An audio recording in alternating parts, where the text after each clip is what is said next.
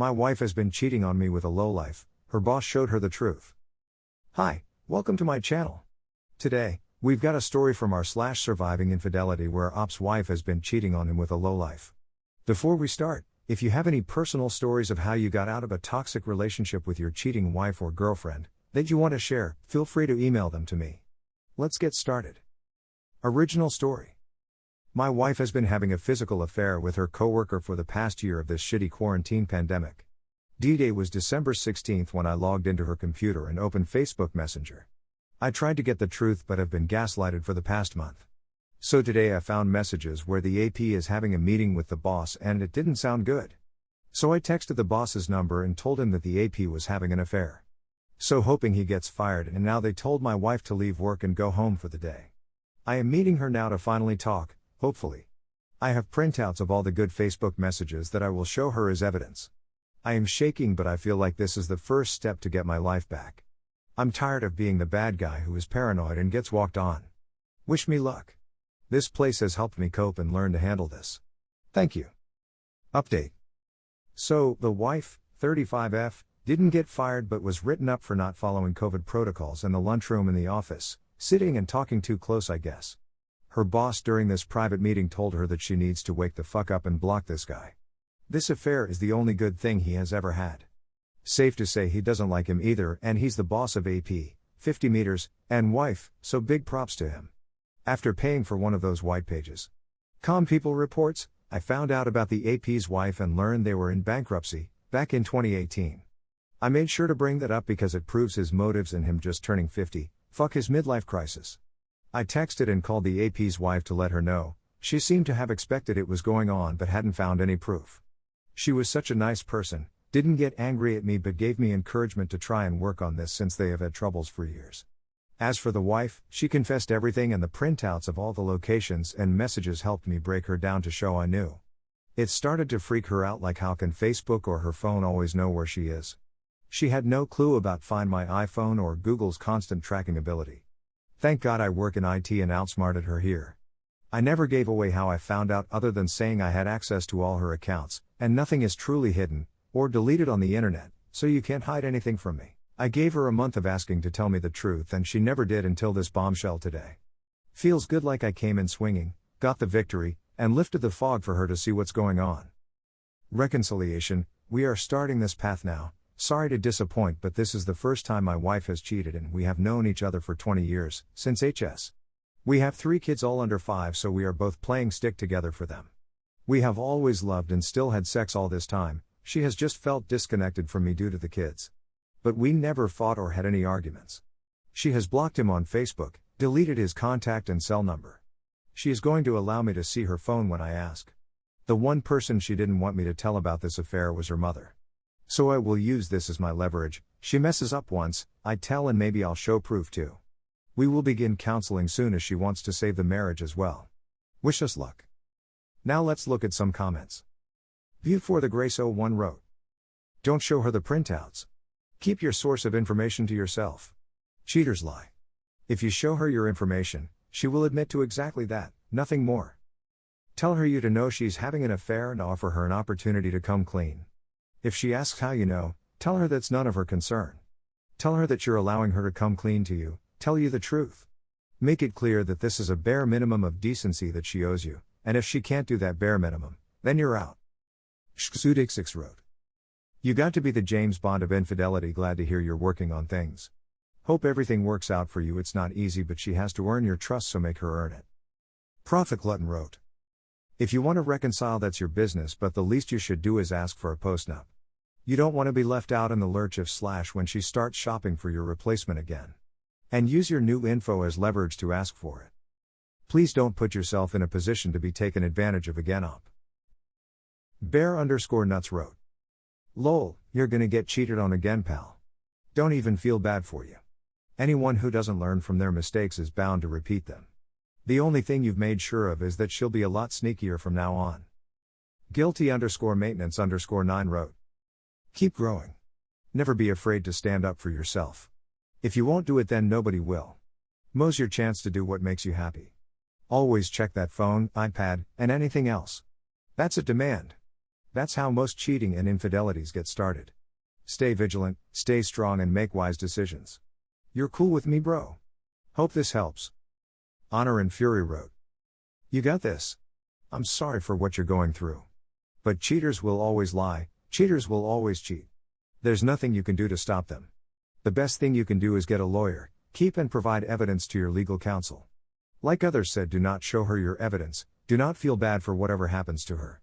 Ultimately, she made her choice to go outside of her marriage and does not care about who it affects, especially you. You are a worthy, valuable person who will make it. You will survive this. As I heard once, a tiger's cage may change but its stripes do not. Take care, my friend." Swansong Blue wrote, "Don't show her any evidence. Keep her on the back foot. Also, don't put everything out there at once. A little bit. Listen to what she says. Catch her in a lie and then spring the next bit on her. Her reaction will inform you of everything. Be prepared for the worst. She has been shagging this guy for a year. They will be in love.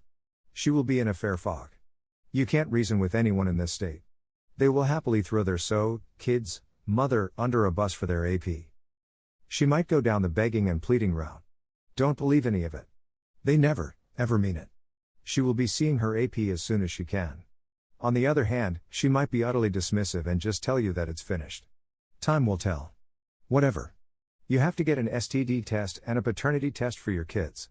She may argue differently, but if AP is taking time out to fuck her, he might well be sorting someone else out too. Make sure that you know what your endgame is. Plan and prepare. Don't leave your accommodation. It might be difficult for you to get back in. Make her leave. Record your meeting. She might try to call the police and bring DV charges against you. Don't dismiss this possibility. Cheats are like cornered rats when caught. Good luck. Before we take a look at another story from our /surviving infidelity, where Op just won a vent about his perfect wedding and how his wife's infidelity has ruined his best memory, take a moment to like the video to show your support to the channel. Don't forget to leave your own opinion on the story in the comments down below. Original story. After spending Thanksgiving alone for the first time in 14 years, D-Day was this past May, I decided to stay with my parents for Christmas. On the dresser of the room where I stayed, I found this donation receipt from Goodwill. I need to tell someone what it means to me. We got married in 2015 after dating for 9 years. We wanted our special day to reflect who we were, something unique. We ended up hosting an outdoor wedding on my brother's wife's farm in Michigan's Upper Peninsula. It's a physically beautiful place that held a special place in our hearts. We used to travel there with friends every summer over July 4th, listen to baseball on the radio, swim, visit with my brother's wife's parents and elderly grandparents, and generally take a pause to feel at peace. It was a very handmade wedding. We hand-painted all these shabby chic signs out of barn wood and old windows. We used these to point the way to the restroom, and to label our, and our dogs, signature drinks. Mine was Kentucky bourbon, my pups were root beer and lemonade, respectively. We wrote our vows and a mutual friend officiated. We walked down the aisle with our dogs. My brothers and my dad provided music for the ceremony, Long Long Long, by the Beatles. After the ceremony, we buzzed around the tent where our friends and family noshed on pasties and barbecued pork. We were so busy visiting with our guests, neither of us got a chance to eat. I gave my speech with my arm around my father-in-law. I talked about how in the old days marriage was a celebration not just of the joining of two people, but the joining of two families. I talked about how happy I was that my family had just doubled in size. It's kind of a bullshit cliche that your wedding is the happiest day of your life. At that moment, for me, I think it was. After dinner we moved to the ramshackle dance floor we'd assembled in an outdoor tent.